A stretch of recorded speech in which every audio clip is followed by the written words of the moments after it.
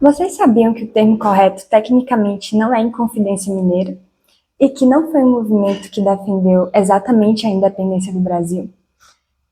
E que o Tiradentes estava no Rio de Janeiro quando o movimento foi denunciado?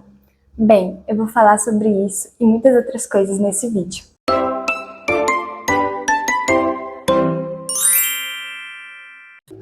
Então, para começar, o termo Inconfidência Mineira é muito questionado pelos historiadores. Porque, pensem comigo, se você tem um amigo que confia muito, essa pessoa é seu confidente. Agora, se você não confia numa pessoa, ela é uma inconfidente. Ou seja, o termo inconfidência ele foi dado pela coroa portuguesa. Então, quando as pessoas falam, vamos homenagear nossos inconfidentes, ela basicamente está falando, vamos homenagear nossos traidores. Percebem que não faz nenhum sentido? Porque do ponto de vista da coroa portuguesa, eles eram traidores. Mas do ponto de vista do Brasil, não. Por isso que o uso desse termo Inconfidência Mineira tem sido muito questionado pelos historiadores. O que é que a gente usa normalmente? Conjuração mineira. Assim como tem a conjuração baiana, tem se preferido usar o termo conjuração mineira. Para começar, esse movimento, essa conjuração mineira, foi um movimento que o Tiradentes participou, o famoso Tiradentes. E eu vou falar um pouquinho sobre ele, sobre essa figura tão emblemática da história brasileira. Qual é o contexto em que se inseriu esse movimento? Bem, em meados do século XVIII, você já tinha uma crise do sistema colonial. O que estava circulando na Europa naquele momento?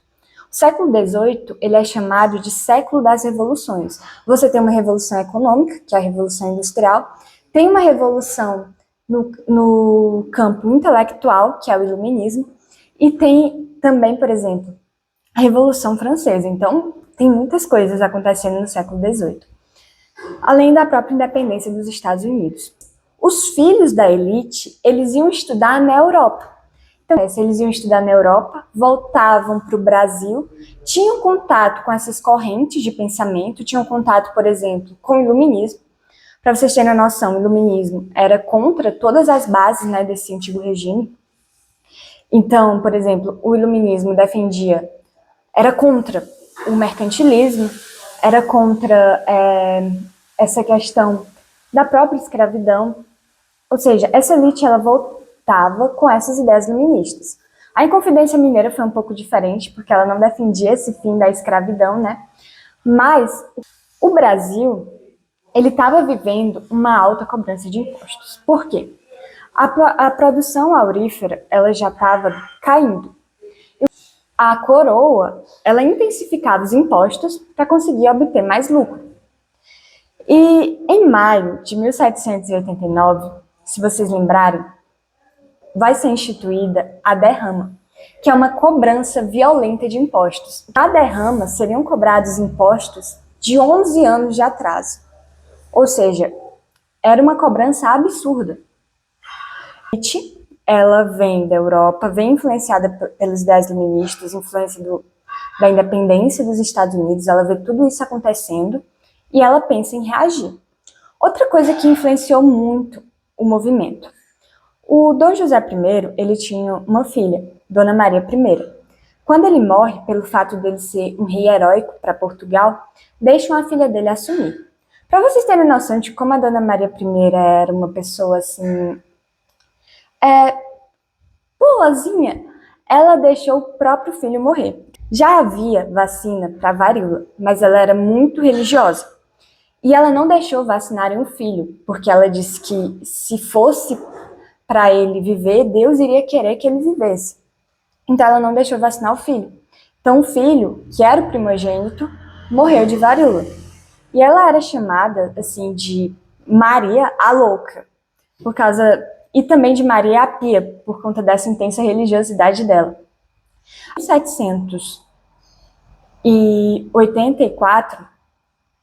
1785, ela acaba com uma coisa que o Marquês de Pombal tinha instituído no Brasil. Para quem não lembra, o Marquês de Pombal, primeiro-ministro do rei Dom José de Portugal, ele permitiu que fossem instaladas manufaturas no Brasil. Por que é importante essa instalação de manufaturas? Manufaturas eram pequenas indústrias. Essa instalação, os preços dos alimentos, os preços dos produtos, eles tendem a cair. E Dona Maria I, olha, já foi chamada de Maria a Louca, Maria a Pia, e tem outro apelido dela, que é Maria a Viradeira, porque ela fez um desmonte das políticas pombalinas. E em 1785, ela assinou esse alvará de proibição industrial. Com essa proibição da instalação de manufaturas, os preços dos alimentos eles subiram. Os preços dos produtos em si eles subiram. O que já deu um peso maior para a realização do movimento. Então, basicamente, essas são as principais causas do movimento. Percebam, as causas da Inconfidência, da Conjuração Mineira, são puramente econômicas, né? Essa questão da cobrança abusiva de impostos, a derrama, que seria cobrada em maio de 1789. E, importante, eu falei que foi influenciada também pelos ideais da Revolução Francesa. Apesar da Conjuração ela ter sido marcada para antes da Revolução Francesa, os ideais da Revolução eles já circulavam na Europa. Essa questão da ascensão da burguesia industrial, que era contra, por exemplo, a manutenção de colônias, porque colônia não é mercado consumidor, por causa daquela questão do exclusivo metropolitano, só poderia comercializar com a metrópole. A elite eram 11 líderes principais do movimento. Ela tem a ideia desse movimento, da Conjuração Mineira. O início do movimento estava marcado para o dia da cobrança da derrama. Percebam como a ideia ela foi genial. No dia do movimento, todo mundo ia estar revoltado, porque ninguém ia querer essa derrama. Era uma cobrança violenta de impostos, ou seja, se todo mundo ia estar revoltado, ninguém ia saber exatamente quem era participante do movimento e quem não era participante do movimento. Então, a ideia foi inicialmente bem genial. E quais eram as propostas dele? Isso é importante. Você vai encontrar em alguns livros de história falando que defendia a independência do Brasil.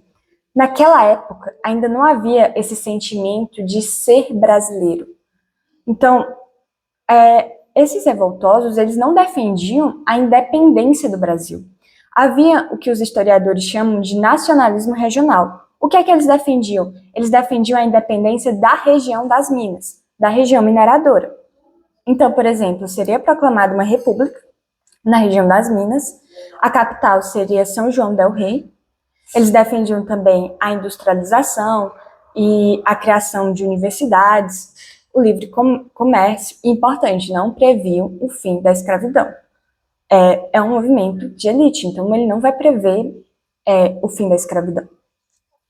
E vamos lá. Tinha tudo para dar certo, né? Mas deu tudo errado. Onde é que o Tiradentes entra na história? Tiradentes era mensageiro do exército mineiro, ou seja, ele conhecia, entre aspas, desde o mais desqualificado até o mais alto posto do exército. E concordam comigo que para você fazer um movimento desse porte, você tem que ter um exército te apoiando, um certo número de pessoas te apoiando. Eles pediram para o Tiradentes, como ele era mensageiro do exército, ele que ia convocar as pessoas para o movimento. Então, pensa comigo, eu sou o Tiradentes, você é um general. Eu chego para você e te convido a participar do movimento. Você diz, eu vou participar. Aí depois você pensa, não quero mais participar. Quem você vai ter como organizador do movimento? O Tiradentes, Joaquim José da Silva Xavier. Ele recebeu essa alcunha de Tiradentes porque ele também era dentista das corporações. Então, se esse movimento chegasse a ser revelado, quem ia ter como figura principal? Tiradentes, mesmo não sendo. Entendem? Tem em português o Joaquim Silvério dos Reis, que devia horrores para a coroa portuguesa. E em troca do perdão de suas dívidas, ele denunciou o movimento. A coroa portuguesa, ela cancelou a cobrança da derrama sem antes fazer um comunicado. Então, quem estivesse nas ruas no dia da cobrança seria um conspirador. Então, o movimento foi denunciado. E deram um jeito de enviar uma mensagem para o Tiradentes. Ele estava no Rio, no momento que eles começaram a serem presos. Dos 11 líderes, 10 foram condenados à morte. Contudo, um cometeu suicídio, que foi o Cláudio Manuel da Costa. Contudo, dos 10 condenados à morte, 9 tiveram a sentença convertida em degredo na África. Isso é importante, é um movimento de elite. Quando você pega, por exemplo, a Conjuração Baiana, houve uma violenta repressão. Milhares de mortos, assim, só por serem negros. Fora as lideranças principais, né? Houve 4 esquartejados na Conjuração Baiana. Mas no caso da Conjuração Mineira, não. Quem era o mais pobre da galera, o de menor expressão social, era o Tiradentes. É interessante a sentença condenatória dele, porque na sentença condenatória dele tem escrito que ele ia ser condenado à morte total. Como assim morte total? Tem como meio morrer? Bem, muitas pessoas não sabem o porquê do esquartejamento. Não era porque as pessoas vão achar bonito ter pedaços de corpo expostos assim, não. O esquartejamento, ele era uma morte espiritual. Pensem, havia a morte física, e depois que a pessoa morria, ela era submetida ao esquartejamento. Em uma nação absurdamente católica como o Brasil, o esquartejamento significava que a pessoa não teria direito a velório. Ou seja, o esquartejamento, essa punição espiritual, ela era muito mais temida do que a própria punição física, do que a própria morte para as pessoas. Então, ele foi esquartejado em 21 de abril. E é por isso, inclusive, que tem o feriado dele. E vocês lembram da Dona Maria a Louca, que eu falei para vocês? A última ação dela como rainha foi a assinatura da condenação do Tiradentes antes de ela ser afastada por insanidade. E eu acho importante falar uma coisa para vocês. O Tiradentes, ele foi esquartejado no Rio. Importante, não é a história oficial. Oficialmente, o Tiradentes foi morto, foi esquartejado. Contudo, tem uma corrente de historiadores que acreditam que o esquartejado não foi o Tiradentes, que ele assumiu toda a culpa do movimento porque a elite teria dado um jeito de tirá-lo do país. Por que tem historiadores que defendem isso? Porque ele foi esquartejado no Rio, onde poucos o conheciam. Se é para servir de exemplo, ele deveria ter sido esquartejado em Minas. Entendem? Por isso que tem essa teoria da conspiração que alguns defendem, mas importante, oficialmente ele foi morto em 21 de abril. Algo que é importante mencionar é sobre a simbologia construída em torno da imagem do Tiradentes. Após a proclamação da República, precisava-se de um símbolo assim, nacional, um símbolo que representasse a nação. E Tiradentes, ele era militar, e nada melhor do que Tiradentes. Criou-se uma imagem quase assim mística em torno da figura dele. É só você observar um quadro do Pedro Américo, Tiradentes esquartejado. Do lado do corpo esquartejado do Tiradentes tem Jesus na cruz.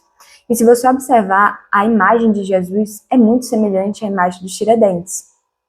Ele não tinha essa aparência, mas criou-se essa aparência porque era um elemento de fácil identificação. Uma população católica facilmente se identificaria com Tiradentes. No quadro também, se vocês observarem, o formato do corpo do Tiradentes, ele forma o contorno do mapa do Brasil. Ou seja, ele morreu para formar Brasil. Então, e tem muitos outros quadros que também retratam essa imagem dele. É isso. Eu espero que vocês tenham gostado. Se gostaram, eu peço, por favor, que curtam o vídeo e se inscrevam no canal. Muito obrigada!